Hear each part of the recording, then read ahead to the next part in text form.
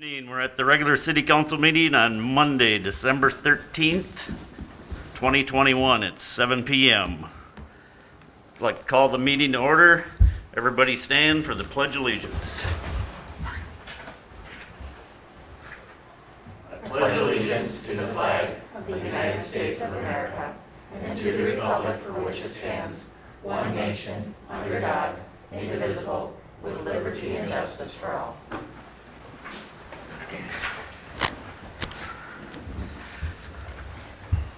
Okay, first we'll have approval of the agenda. Is there any questions, comments, or otherwise?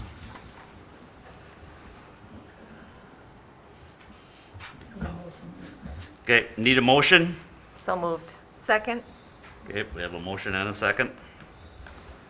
You call the roll for this? No, it's just. All in favor. All in favor, say aye. Aye. Nay? Say nay. Aye. Those who oppose say nay is what I meant to say. Okay, any questions about the minutes? Need a motion. I'll move to approve. I'll second.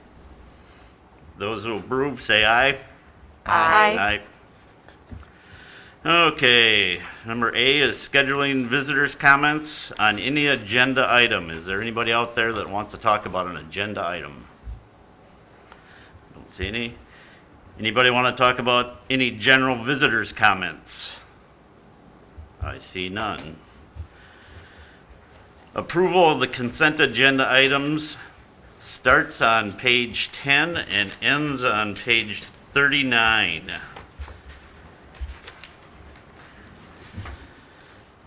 And I am not going to read everything off. If you want me to, Mr. Mayor Pro Tem, I can, if the council wants. Otherwise, it's certainly in order. If you are good with it, you could certainly make a motion to approve the consent agenda or consent resolution as provided. So does anybody have any questions about consent agenda items? Carrie? Pete, can I ask you a question about the chemical purchases? So my question is, so you made sure to note when there was an increase in price from last year? Correct. I just had a really quick question about, is that an indication of increase in prices just as like a COVID impact, supply chain impact, or is that a normal increase that we might see from year to year with those types of purchases? Sometimes both. What we've seen is limited distributors, and so if they're having distribution issues, some of our chemicals come from as far away as California, and so a lot of the situations that we run into are based on how things are going at the time. And we've seen a little bit of COVID impact, not necessarily in the numbers you're seeing here, but in areas where it's more specialized and they can't necessarily get competitive bids. That's usually where we're seeing the small increase because they're the only show in town. So you would characterize it as a small increase, it's not astronomical Correct. increase as a result of COVID or supply chain issues? Correct. Okay, thank you. Yep. I do have one question, Todd, and maybe you can answer it. Okay. On page 27, All right. it's third from the top, Growth Holdings, second half of TIF from Mary's Flowers. Is that what we just call that property? Yeah, that's correct. So that would be the property that currently houses Dunkin' Donuts and CCF Bank. And so this would be the normal payment that would be provided as a part of the TIF agreement for that project. So we just left that Mary's Flowers. I think it's just the easy term that we have it. That's not the technical name of the TIF district, but that's for understanding more for this group and for us as we research back. Okay, thank you. You bet. And then I see there's several licenses and so forth, and I'm not going to read all them off. Couple new appointments at the fire station, Matt Allman for the fire chief and William Johnson for the safety officer. Anybody else got anything? I need a motion. So moved. Second. We have a motion and a second. Barb, call the roll. Councilmember Bruflat. Aye. Councilmember Perry Johnson. Aye. Councilmember Noel. Aye. Councilmember Ed Johnson. Aye. Councilmember DeVos. Aye. Okay, we have no unfinished business. The first one on new business is the tax levy. Mayor Pro Tem and members, Sally is here to discuss this with you. As you know, we're required to provide notice, which is done through tax statements, as to when you're going to talk about potentially providing for a final levy. We're really asking you for two things tonight. First of all is approval of the final levy amount, and then second, the general fund and a few associated smaller fund budget approvals. And so those are outlined in the resolution that's included in your packet. You've talked about this a bunch of times, and so I've asked Sally to give what might be a more Reader's Digest version of the information for you. Certainly she'll be open, and I'm open for any questions that you might have, and this information is distributed widely. It's been in a lot of packets. Trees have told us that because there's been a lot of copies for you. And so we want to make sure that people have an understanding of what's going on. So again, we'll let Sally do her thing, and then if you have questions after she's done that, we're more than happy to answer as best as we can. Sally, if you would, please. Thank you. Mayor Pro Tem and City Council, as Todd said, we're here tonight to approve two resolutions. One for the 2021 final tax levy payable in 2022, and the second is for 2022 budgets for general fund, SPPA, library and community center. The memo begins on page 40 to 47 of your packet.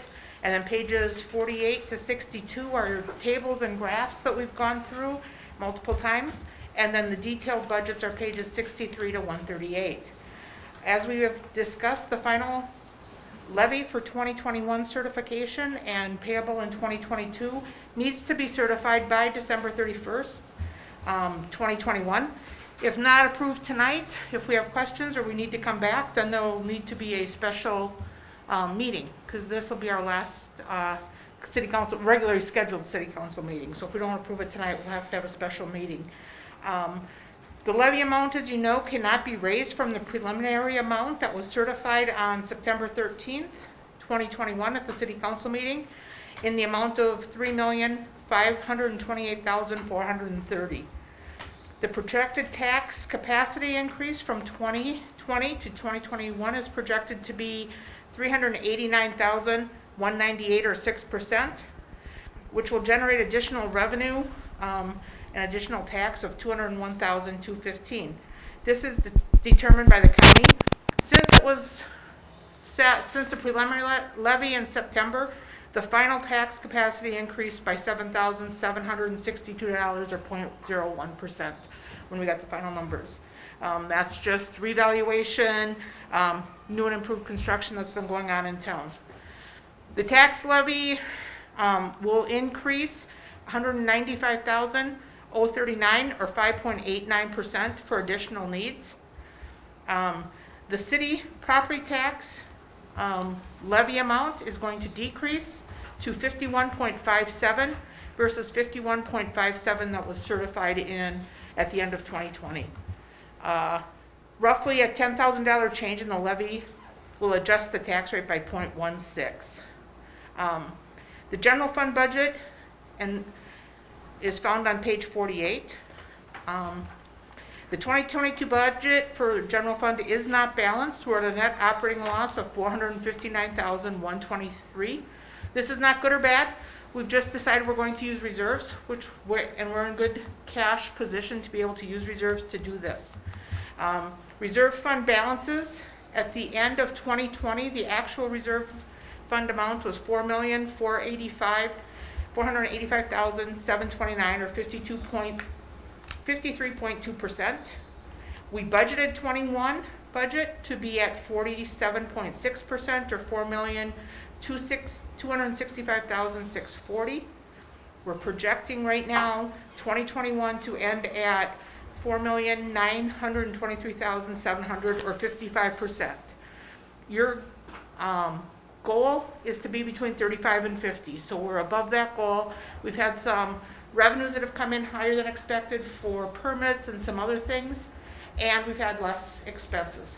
So that's what's driving our reserve balance projection up to 55%. And for 2022, we're budgeting right now to be at 49.1% or $4,442,077. The decrease from 2020 Ending balance will be $43,652. Expenditures for our general fund is increasing $610,248, or 7.2% over the 2021 budget. Again, we've discussed these. The major increases are in personnel costs at about $140,000. That's assuming a 3% increase for our workers in the general fund. And then in health insurance is increasing 5% year over year. Elections are increasing $15,000 year over year.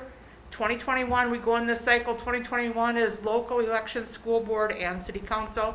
2022, we go back to our Senate and our national ones, and then there's primaries. So we end up having more elections, so we end up doubling. So we have a primary in September, or in March and September, I think, something like that? August? In November. Okay, and November. So we have 2 elections that we have to cover. We have about $27,000 budgeted for maintenance, for security improvements at City Hall, police entrances, and HVAC is old on our building down at City Hall. We won't replace it unless we need it, but it's over 25 years old, so you just never know. So we put money in the budget. If it doesn't break, we won't fix it. If we need to, the money's there. Public Works has $60,000. They're going to improve the east lot north of the gate for drainage. They're going to pave an area west of the building, repair and maintenance to entrance to the east entrance of Building B, and they have an 11-year-old copier scanner that needs to be replaced, and those it's reached its end of life. Street maintenance is up about $50,000 for the ADA transition plans for sidewalks. And parks is up $385,000, $100,000 increase for parks. Improvements for a total of $200,000. $131.3 thousand DNR grant for work down at Minnesota Square. Half of that is paid by the grant, the other half the city has put in matching funds. And then another $101,000 is due to wage and benefit increases. Fire department is still putting away $22.5 a year for turnout equipment replacement and SCBA gear.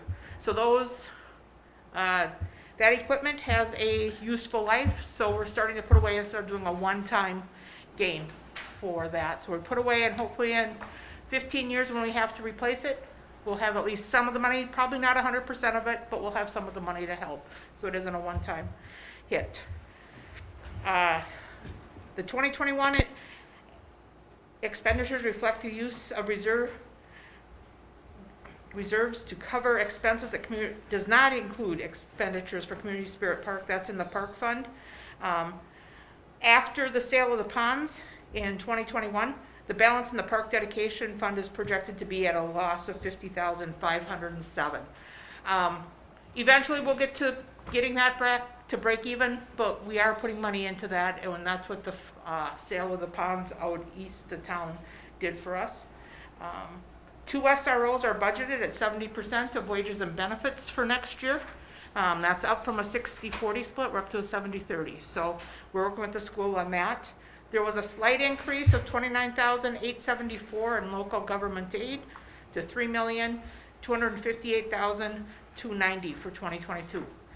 Slight increase, not enough to cover our 3% increases, but maybe with the projected windfall they have, maybe something will come that way in the funding. We'll see.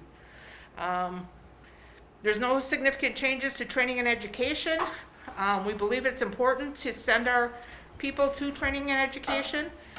There's some additional state mandate for police training, and plans are on for related to equity and diversity issues for all employees, but that can be covered in the amounts we have budgeted for training throughout the general fund.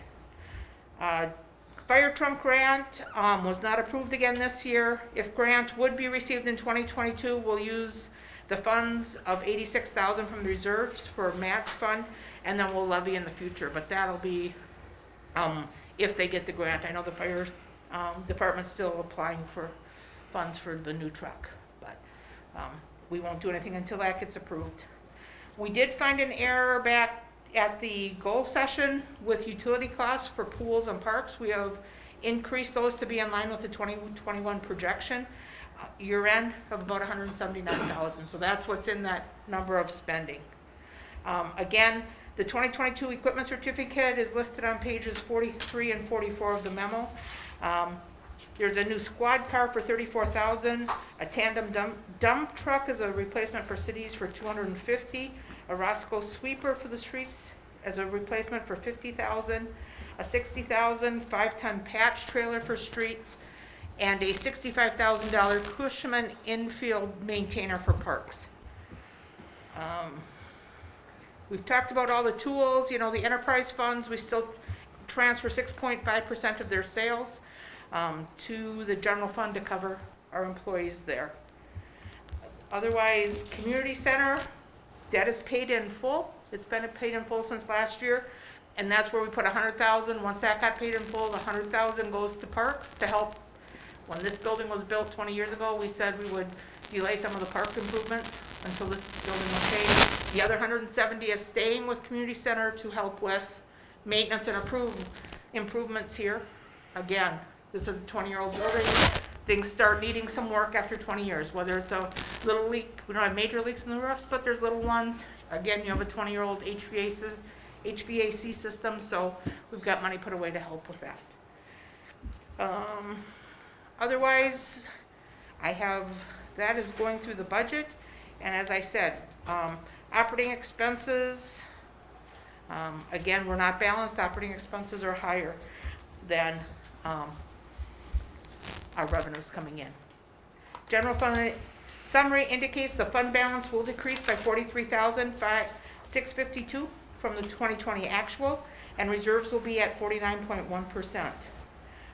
A lot more we can talk about, but I'm asking you to approve the resolution on pages 139 and 140 for the final levy for 2021 collectible in 2022 in the amount of $3,525,485, or an increase levy of $195,039, or 5.9% over 2021 budget.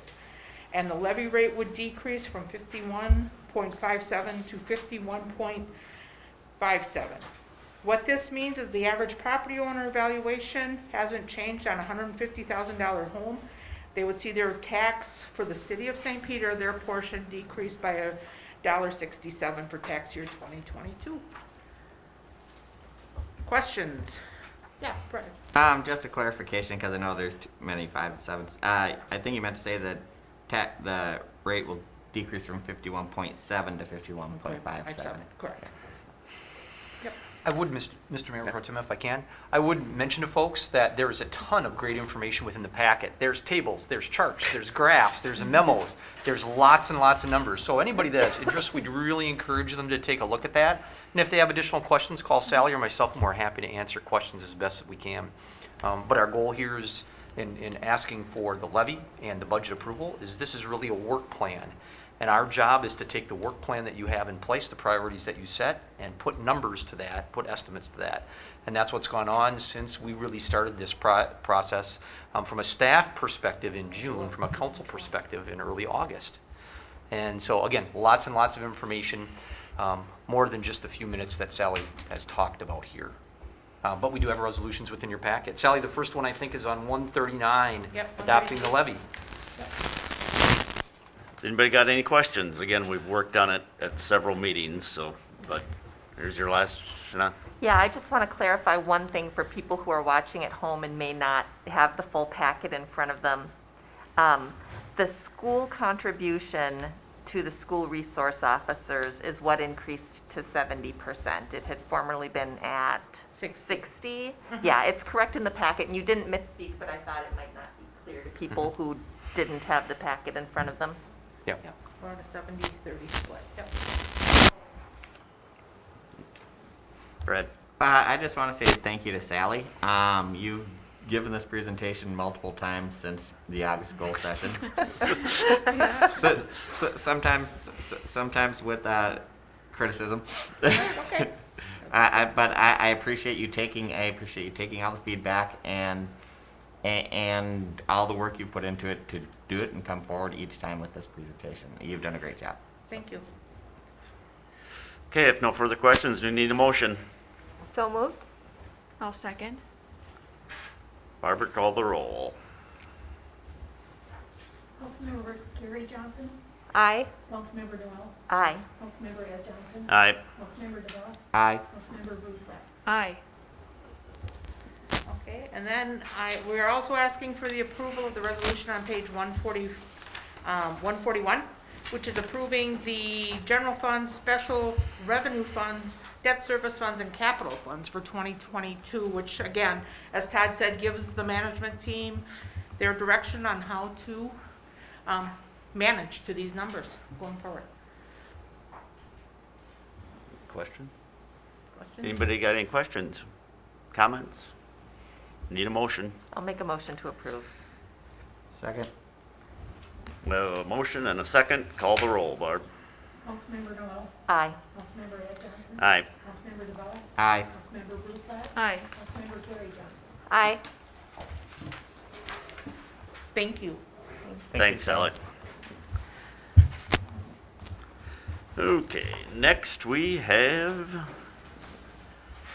Paula's here from the hospital for some new hospital equipment, and she's got pictures. I do have. I have learned. So tonight I have for council's consideration for approval, the purchase of a GE OEC Elite C-arm in the amount of $196,025. I forgot my glasses. I remembered everything but. This would be replacing a current C-arm that was put in place in 2007, and it's at its end of life. There are no parts available for purchase if this were to go down. We do have two C-arms at the hospital. This would replace the oldest of the two. This also, in the picture, you'll see that you can see why it's called a C. That bore is larger so that it's able to go around the operating table. It's used in the OR suites during surgery. Specifically, it was reviewed and approved and preferred by two of the surgeons, but all of the surgeons would be able to use that. Dr. Jones would use this for spine surgeries, and Dr. Botker would use this for his anterior hips.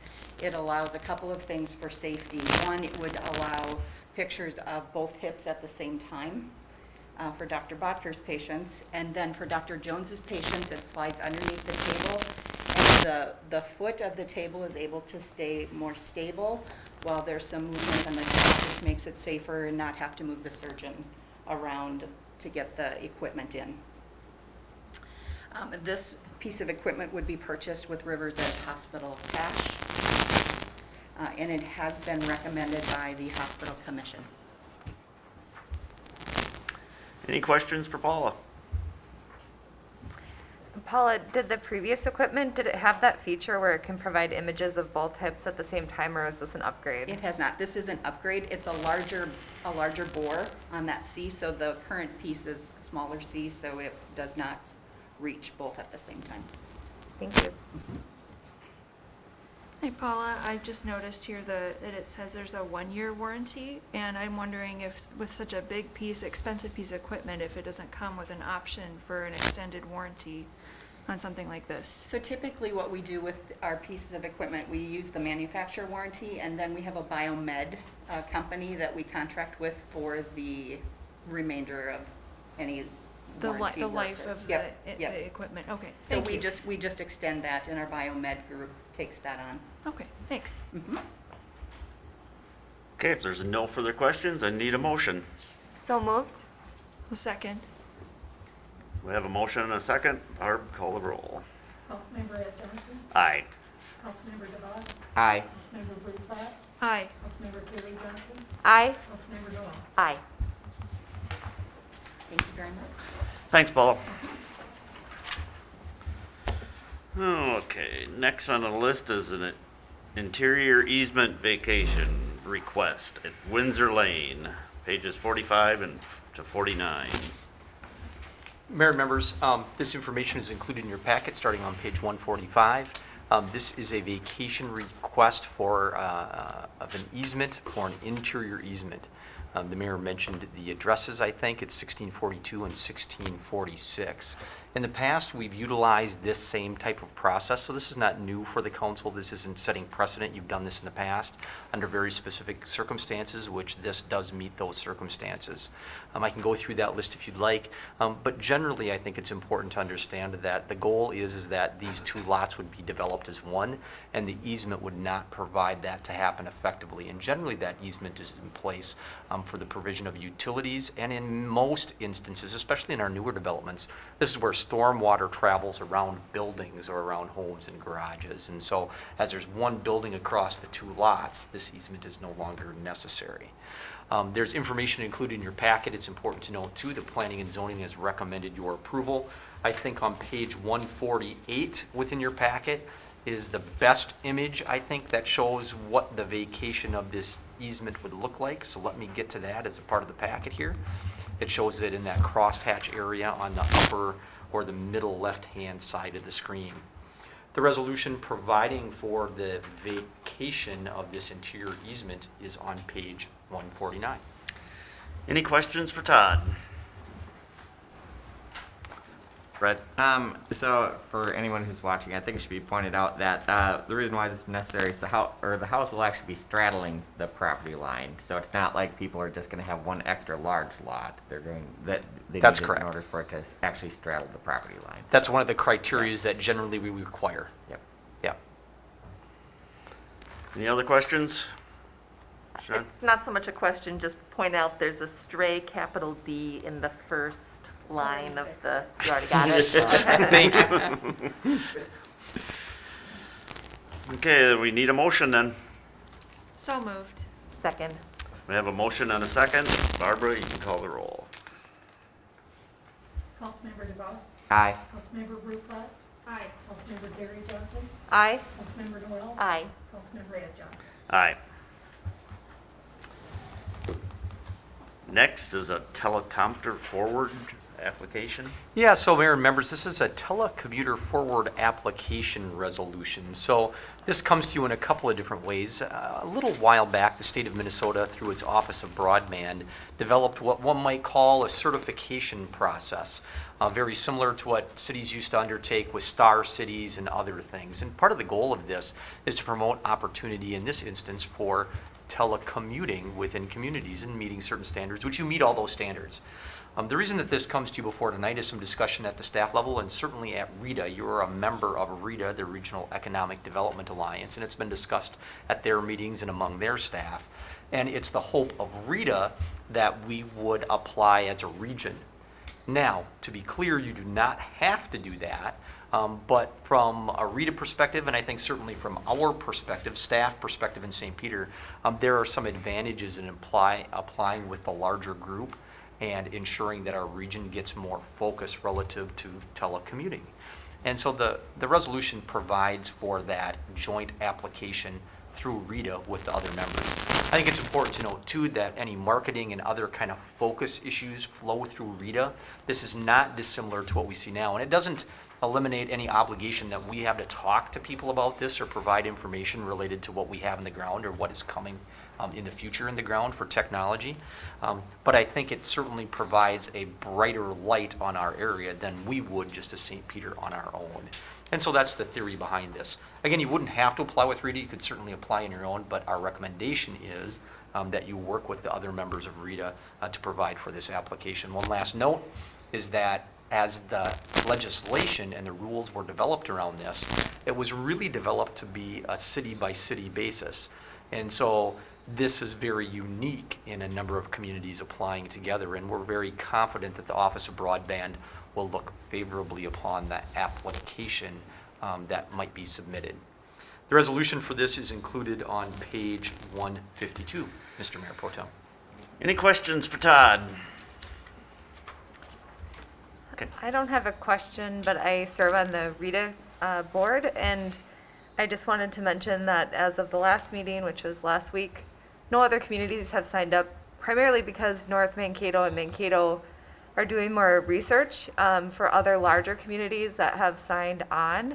And so it seems like the group is favorable. We just haven't seen other communities sign on, aside from maybe a few others like Lake Crystal. So I thought I'd give that update.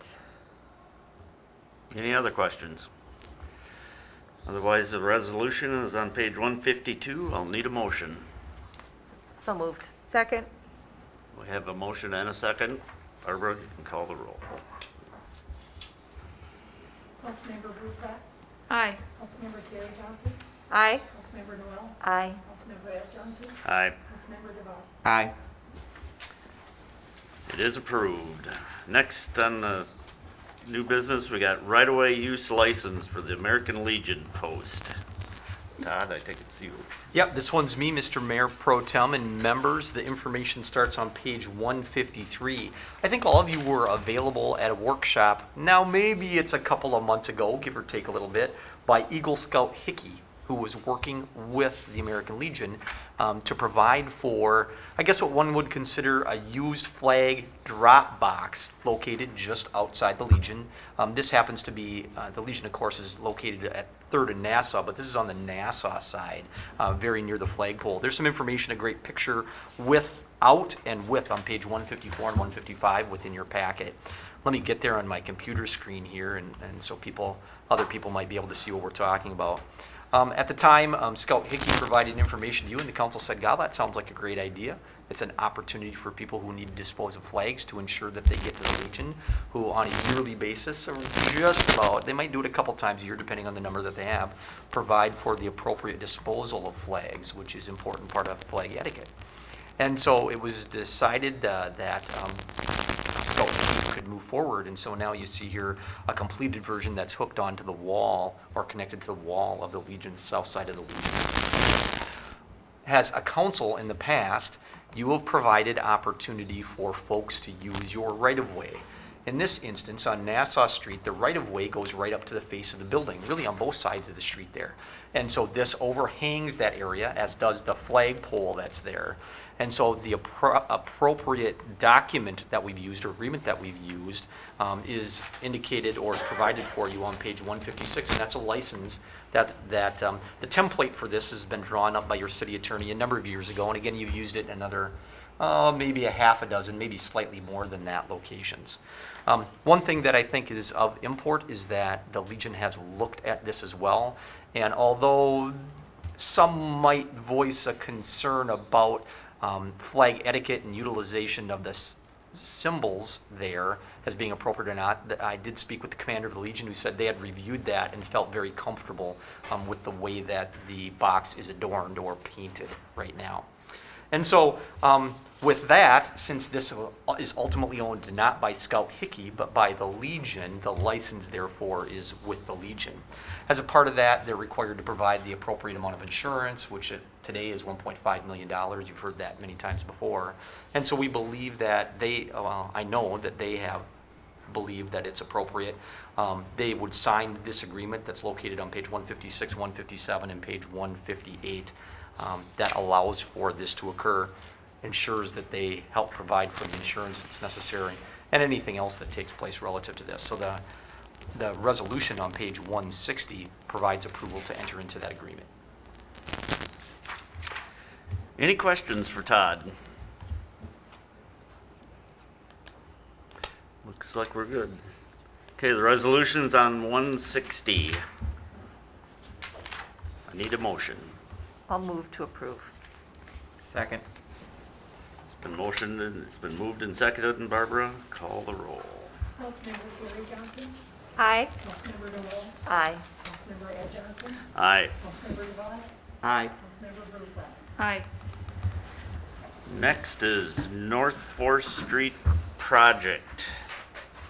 That's you, Pete. Mayor Pro Tem and City Council members, we're trying to get a jump on the 2022 year, and I wanted to be the first one, after you guys have approved the budget, to bring a project up. Is there a special prize? That's great. So I took a little grief for that, being right after the budget. So actually what we're looking to do is extend our street maintenance program. As you can see here, we've selected a couple blocks that we're going to work on correcting some areas. We've asked Bolton & Mink to provide a cost to complete design work, including construction services for the project. The scope of the work really is going to include updating sidewalk, curb and gutter, handicap ramps, and the road surface. We also will do a little bit of stormwater work, and that'll be in the Chestnut intersection. If you guys remember a few years back, we did the Chatham Street intersection and did some major work right there in order to add some sidewalk and some other things along the pool property. So that intersection is taken care of. The design services seem to be in line with what we've seen, and we're recommending that you approve the resolution on page 163, and we will get design work started right away. I got one question. Yes, sir. So does this mean, are you gonna just steadily go down 4th Street, just like you did on 3rd Street? We've got some other areas that are going to be impacted from that, Mr. Mayor. Next year we'll have some additional water main work, so we've got to see how the budget all works with that before we go to the next step. Okay. But yes, our plan would be to progress down 4th Street in some of these areas where we have older street curb gutter drainage issues. Thank you. Anybody else got any questions for Pete? Emily? More just a comment, I just appreciate seeing that you're being proactive with the ADA standards and taking that into account with this kind of project, so thank you for that. Okay, if no other questions, we need a motion. So moved? Second. We have a move and a second. Call the roll. Councilmember Noel, Aye. Councilmember Ed Johnson, Aye. Councilmember DeVos, Aye. Councilmember Blumenthal, Aye. Councilmember Carrie Johnson. Aye. Then approved. Thank you. Thanks, Pete. Next, we got a building official position modification. Mayor and members, this starts on page 164. As you may recall, back in March of 2021, we made a modification to this as we looked to hire a new building official. What I'm really trying to do here is clarify 2 or arguably 3 technical points related to the job description, and those relate to the names or the titles of the code that are in force. So we wanted to make sure that that was appropriate. There are no other significant changes to the job description that are proposed. You just approved it in March of 2021. What will happen if you approve, I will take this information and we'll move forward with a recruitment process that will likely start in January of 2022. My overall goal from that recruitment process would be to have someone on board for you in the late spring, early summer, before we see a heavy construction season start. But we'll see. As we've talked about, there's some challenges in this area, but certainly making sure we have the code names listed appropriately is an important part of that process. Again, the information starts on page 164. You'll see the job description for a few pages, and on 168 is the resolution providing approval. Anybody got any questions for Todd? Please, no questions, Todd. You did good. We're doing okay. Let's keep rolling. Okay, there's no questions. Resolution's on 168. I need a motion. So moved. Second. The motion and second. Barb, call the roll. Councilmember Ed Johnson, Aye. Councilmember DeVos, Aye. Councilmember Blumenthal, Aye. Councilmember Carrie Johnson, Aye. Councilmember Noel. Aye. It's been approved. Next on the agenda is non-union and non-contract employee wages. I take it it's you. That's me, Mayor Pro Tem and members. That information starts on page 169, and this is the typical process that we've used over the last number of years. I won't get into a lot of detail, but there have been 2 variations on this theme. What I'm recommending to you includes and was budgeted for a 3% pay modification for all non-union, non-contract, full and part-time employees. We provide within this memo some anomalies, and I can explain each of those in turn if you would like. But this is an amount that you had planned for within your overall budget.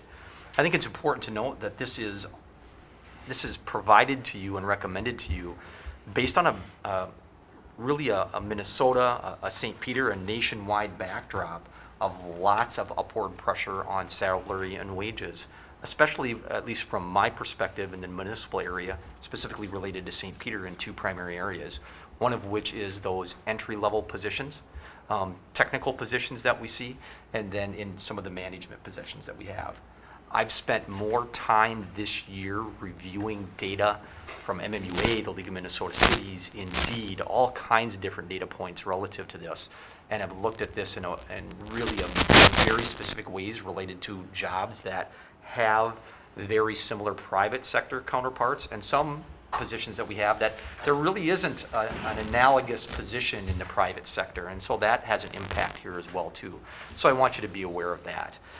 We do call out and make sure that we mention the total cost of this as a part of this, and so that is included on page 171. So really what I'm telling you as a part of 171 is that the overall changes that you see with this approval tonight that just don't impact general fund, but it impacts really a number of your funds, 5 or 6 funds specifically, because there are people that flow across a number of funds, like my role as an example. Even though I'm not included in this action, there are a number of positions that are paid out of multiple funds. So this will roll across multiple funds. But generally, the cost of this modification is roughly about $160,000. And so that's a little bit more than what you saw last year when you had a smaller percentage. In addition to that, the anomalies that I call out, or the additional recommended changes, additional wage or salary increases, are at a cost of about an additional $30,000 on top of that. And so that's your kind of total package for the folks that are included here. Again, this is not including folks like me. This does not include folks that might be in the police officer union, or the streets union, or the utilities union, as examples. Those are separate actions. You've had some closed sessions related to those and knows where those are at potentially as we work to negotiate final contracts with those groups as well. Again, Mayor Pro Tem and members, one last thing that I'd like to point out. This does provide for what I think is a good increase, although maybe still not quite enough, but I think a very good increase to some of the challenges that we've had related to part-time seasonal employees. You see that articulated on page 171. This may be part-time building supervisors, and certainly it's Pete's summer help, it's recreation summer help, and the recommendation here is to go up an additional $1.25. Now I want to be clear that those are sums that we planned for as a part of the budget. That's and so that makes the numbers maybe look a little bit different if we would have articulated or listed those out as an increased cost. Those are part of the budget and not included in that $30,000 number that I gave you. The resolution within your packet is on page 172. I want to make sure that I'm hitting all the major points that I wanted to have in place. Now, some of these related to the anomalies really come in 2 primary categories. Looking to try and get to that midpoint within the marketplace based on the analysis that I've done. Some of them relate to trying to ensure that we can retain people. In a number of the positions, there's tremendous competition in the marketplace for the skill sets that we also have. And so we want to make sure that we're retaining folks when and where we can. I don't think that we have anything here that I'm recommending that would tip you off kilter related to pay equity. And so I feel good about that. And again, I'm happy to answer any questions that Mr. Mayor Pro Tem or Council may have. Any questions? I guess if I'm following along at home, Todd, can you kind of explain how this resolution relates to what we did earlier and why it's a separate resolution? And where I'm going with this is, so we have anomalies. Mhm. So earlier in, several months ago, we passed a preliminary levy. And so now we have adjustments that need to be made for wages Yep. based on market pressure. And so, you know, if you're following along, you're watching the action that we took earlier today, and then we see this resolution, how does that all relate? Well, so the budget assumed that there would be an approximate 3% across the board wage increase. The budget that you just approved was general fund, and of course you have other enterprise funds. And so those enterprise fund budgets have really been constructed in a similar way. So this is spending a little bit more money, approximately $30,000 more than we had anticipated for this classification of employees, for the employees that are listed here as the anomalies. Again, whether it's pay equity or market rate or retention, that's the total cost of this. And I've been upfront, I think, with the council. You can expect this across the board in other union negotiations as well. It's not just these folks. There is pressure across the board. I think whether you're an employee or an employer, You see that in the marketplace today, and so we have some pressure to try and keep pace with that.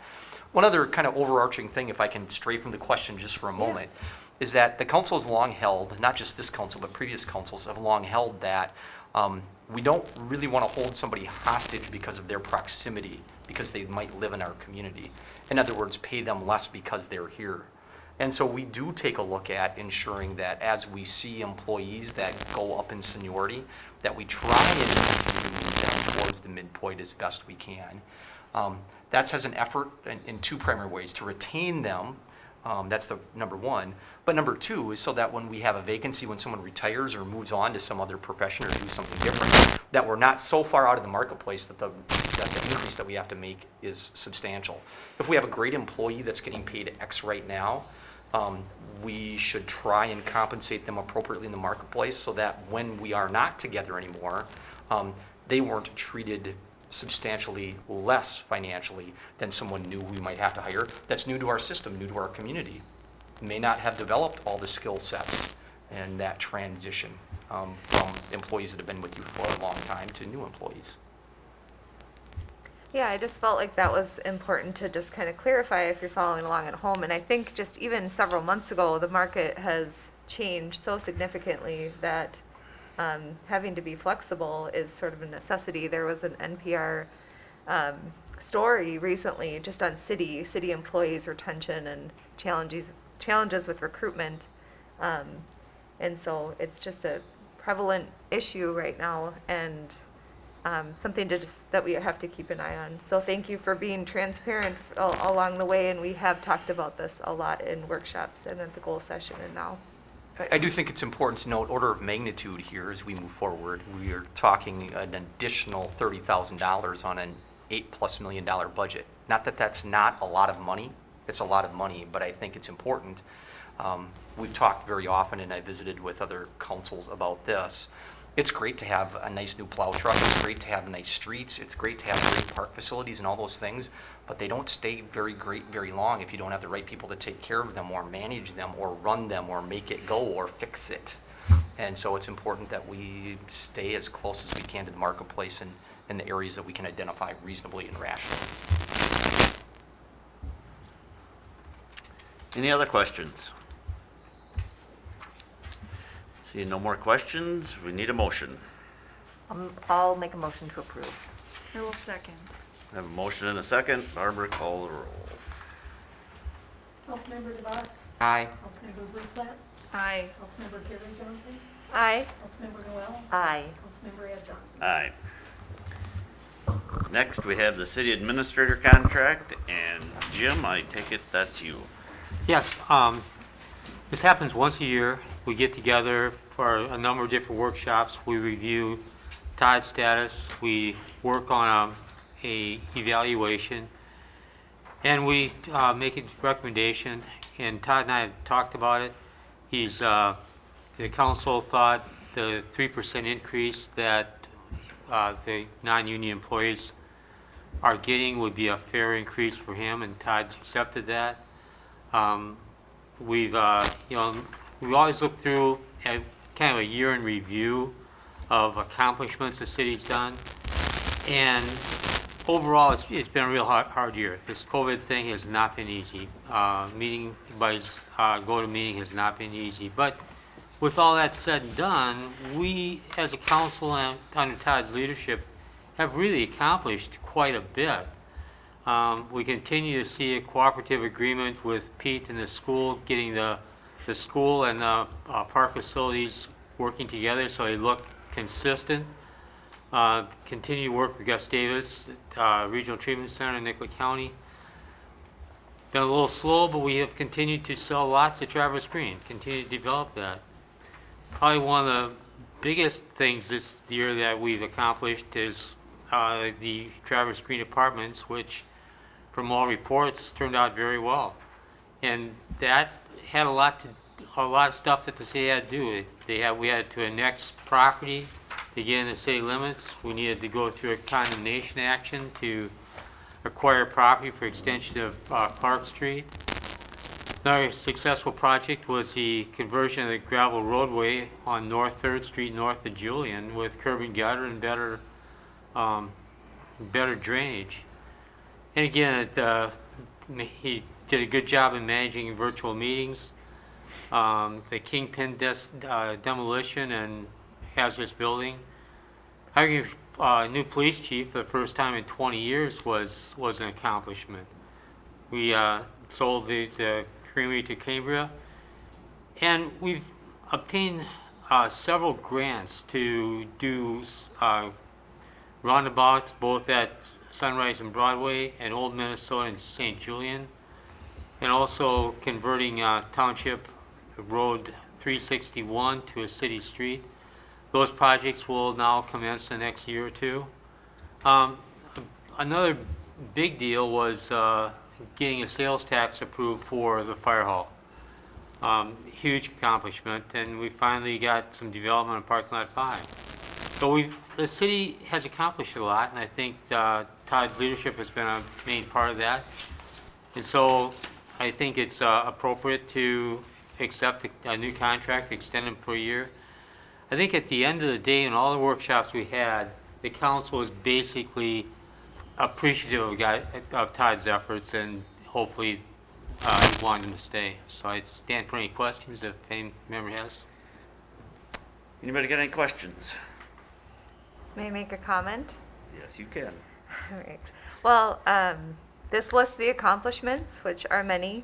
Todd, I think our success really is a result of a combination of things. Todd has a lot of experience, decades of experience, but really our progress forward as a city, the reason we can be proactive instead of reactive, is a big result of the positive relationships that we have with the school, with MnDOT, a number of entities, even the ones that have been challenging over the years. Todd also has great relationships with directors,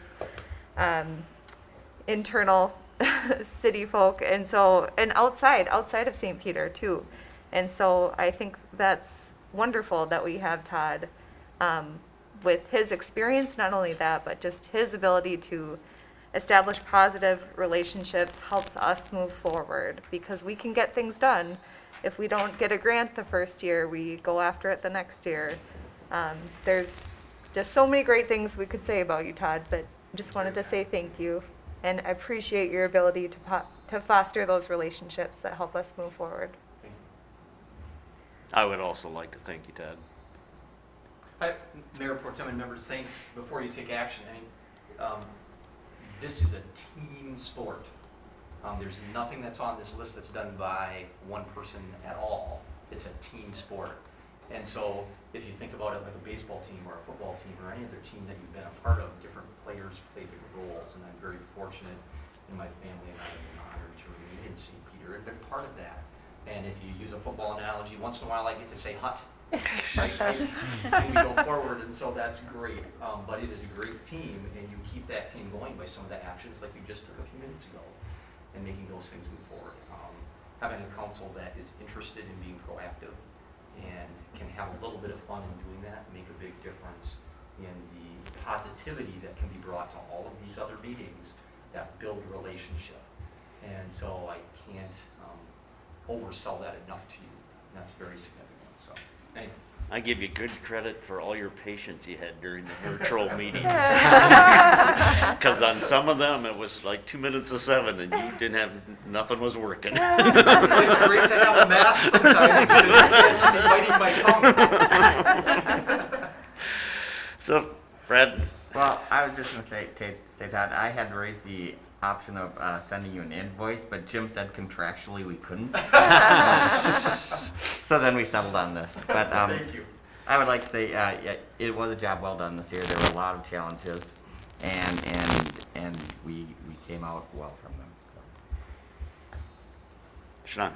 I second, Brad and Carrie's remarks, and also want to commend you for your work on the hospital. That's been a very, I would say, a lot of work the last couple of years with changes in leadership, et cetera, and I think that was absent from the list. I knew I'd forget something. I know, Well, Ed, I better chime in too Okay. now. It's my turn. I wanted to especially thank you, Todd, for the proactive approach that we've taken to COVID. That's something that's been very impactful on our whole community, our business community, and I think that you led the team very well through all of that and have been a great guide in that. So I appreciate that. Okay, if there's no more other questions or comments, the resolution is on page 182. I will need a motion. So moved. Second? We have a motion and a second. Barbara, call the roll. Councilmember Bruflat. Aye. Councilmember Gary Johnson. Aye. Councilmember Noel. Aye. Councilmember Ed Johnson. Aye. Councilmember DeVos. Aye. You've been approved, Todd. So that ends new business, unless you got something that's got to be added. I do not, Mr. Okay. Then we'll go into reports.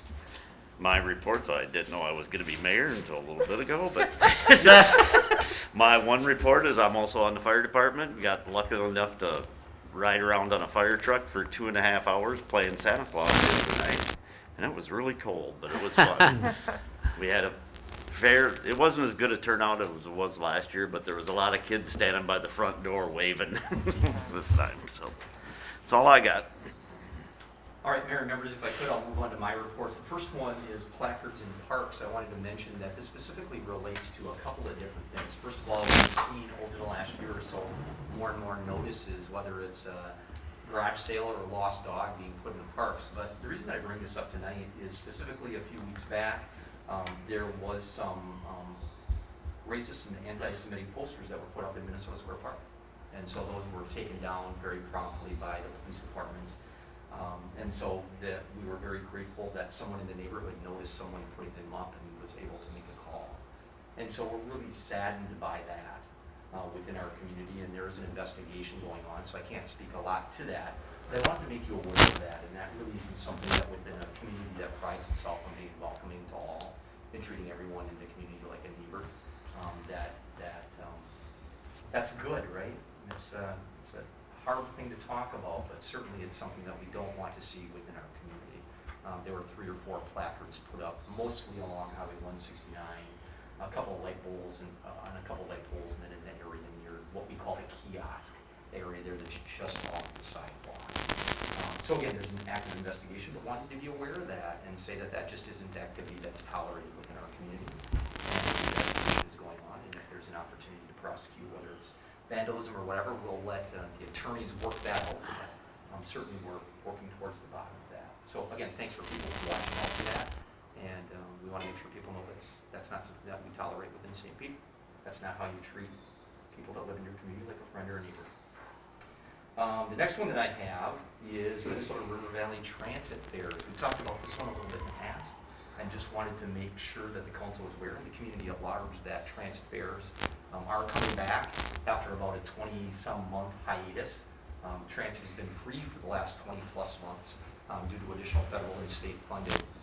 In 2022, the board has made the decision to start charging fares, and they're charging at a level that they hope can be consistent or non-changing for a couple of years here.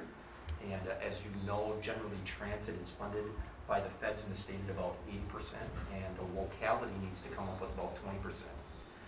Just to be transparent, in 2022, we've been told that we will receive funding at about the 100% level. However, we've been encouraged, the board has been encouraged, very encouraged by the Office of Transportation to start charging fares so that you can build up your reserve to a more reasonable level as you move forward. And we're using this as an opportunity to make sure that people know the value of transit, but also ensure that that fund balance can be in place and there are fewer changes in fares into the future, we hope. And so that's something that will happen. I will mention too that there are 3 primary ways to pay, one of which is cash. We will take cash on the bus. If you haven't been on the bus, there's a nice little clear glass thing that you put your cash in and the driver sees it and off you go to your designated spot.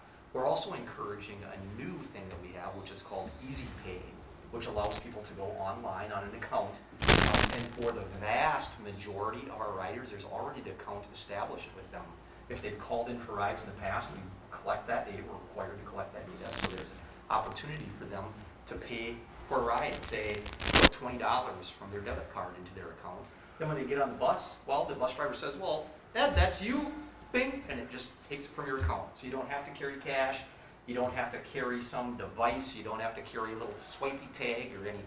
It just works that way, so that will be very handy. It allows people to give a gift of transportation.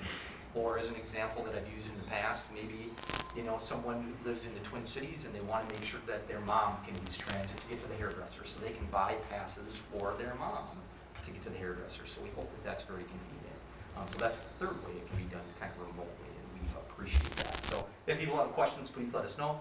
There's lots of great information that's on the website, and then we have been promoting with riders. The vast majority of our ridership is reoccurring riders, and so all of them, anybody that's been on MRVT Transit, whether it's here or the sewer over the last couple of weeks, has received a slip of paper that explains what's going on and why of that. So if you've heard of that, that's what's going on. That's all I have for that one, Mr. Mayor Pro Tem. I want to mention one that was a new one that's under others that was developing today as we speak. This is based on a discussion that the council had in its last goal session and having what we called early in COVID a business roundtable discussion, where we talked about opportunities for businesses through federal or state funding or through the city of St. Peter. So we are able to get one going with participation from Greater Mankato Growth, RETA, and their expertise at the federal and some of the state level opportunities that are there. They're going to be able to attend. We have the Small Business Development Center that's going to attend and talk about some of the programming that's available. The Chamber is going to participate and talk about some of the activities that they have going on, and city staff will participate. Our goal is to treat it very much in a similar fashion to what we did earlier in COVID, and so there'll be some presentations and a question and answer at the end. I know for many of our businesses, this is a very, very, very busy time of year, and so their ability to potentially be on it live could be a challenge, and we get that, but we really wanted to try and get it going before the end of the year. And we can have more, but we'll also be recording it and we'll put it on our YouTube channel and we'll let folks be aware of that as well, so that they can see it, hear it, play it back at their leisure at some other time. So we're excited about that opportunity and get those groups together to talk about it. You know what, at times we had 50, 60 participants in those meetings early on in COVID, and I think for the most part, people found them helpful. And frankly, when they didn't, then our participation went down to 8, 10, 12, 15 people. And that's perfectly okay. We want to try and be available for folks at the best opportunities that we can for them and for us. So that's going to go on at 8:30 on the 17th. Tomorrow sometime you'll all get notices. Businesses actually got a notice from our list later today, and it was also in the Chamber Monday memo, if you get that. So you'll all be getting a link for that on a go-to meeting, so it'll be a virtual meeting. The last one that I have is recognizing the last meeting of the year is always a time of transition for councils. And so we have people after an election, some people that will be coming in the new year and some people that are leaving. But it's always, I think, important to take a few moments and thank folks for their participation. As you know, we have 3 folks that will be leaving the council. Really, this is their last meeting. And people who aren't on the city council probably, frankly, don't have a great feel for the amount of commitment and time and energy and effort and all the other things you get invited to because you're on the city council, and the number of meetings that you have to attend, and the number of requests that you get, and the number of emails, and the number of phone calls. And well, you all know that the list is very long of things that happen when you get on the city council. So again, I think it's good to take an important moment and thank people who have been willing to serve in that capacity, whether it's a year or 50 years. It's a very important job and can't be taken lightly, and I don't think is taken lightly by anyone. So with all that said, and with all those things that council members have to do, the last thing that I want to say is thank you to Ed, and thank you to Mayor Chuck, and thank you to Councilmember Stephen Grahams. The commitment and the stewardship and the leadership that you show in the community is very, very, very valuable and makes a difference for our community. It makes St. Peter a better place. So thank you for that. Thank you. It's been, if I can make a Please. short comment. It's your Talk- meeting, Mr. Mayor. That's right, I can talk as much as I want. That's right. Well, I got on 4 years ago, and it's been an experience. You know, through COVID, there was some nights where I didn't like it, but when I first started, I think the pavilion got voted on. I think the hospital got voted on. So I've been involved in the fire station. I went up to the Capitol one time to try and get our 2% or our 0.5% sales tax, and then COVID hit, so it didn't go through until this year. But I've done a lot of fun stuff, and it's been fun working with the staff, and I've enjoyed it. And I'll still be involved in the community because I've been for 30-some years. So thanks to all the citizens that let me serve my 4-year time. So even though Ed's the only one here, typically we give everyone a round of applause. Thank you, everybody. So I don't, Todd talked about the time commitment. Ed serves with me on the Public Works Committee, which, that's another weekly commitment, that people don't realize. I wish people could actually see those meetings because Ed is always active. He's either asking questions or just bringing up issues that he's seeing around communities. Because he takes, I always hear about what he sees on his walks. So but I mean, it is. Ed, I mean, this community serves well with that. I mean, as firefighter, the philanthropy, the fundraising from the Red Men Club, and just his time on the city council, we're well served. Ed, I know you voted against the pavilion. I would have too if I had won in 2017, but I didn't. But anyway, we are at a loss, and I have really appreciated my time serving with you, and the community is really lucky to have had you. Thank you. Appreciate it when I hear good things. May I, fellow Johnson, I would Santa? have been shocked if you wouldn't have said anything. I always have something to say. I just want to say thank you too. It's been such a pleasure to get to know you. And I think what I appreciate about you most, Ed, is you have a reach in the community that none of us have. And I think that has been so important to have somebody like you who's been in this community for a long time. You're very visible. You volunteer a lot. You do so many things in the community. All the tours you gave at the fire hall. I just think about the impact that you had just on our efforts with the sales tax. So you did a really good job representing your community. I know that you won't be a stranger. I'm going to miss having another Johnson on the council. But I know we'll see you around. Thank you so much, Ed, and to Stephen Grams and Chuck, Mayor Chuck, who they're not here today. But it's been really great to serve alongside all of you who brought context and history and experience to the table when all of us were so new. And having that balance and support, I guess, in learning the ropes was just really helpful. So thank you to them as well. Thank you.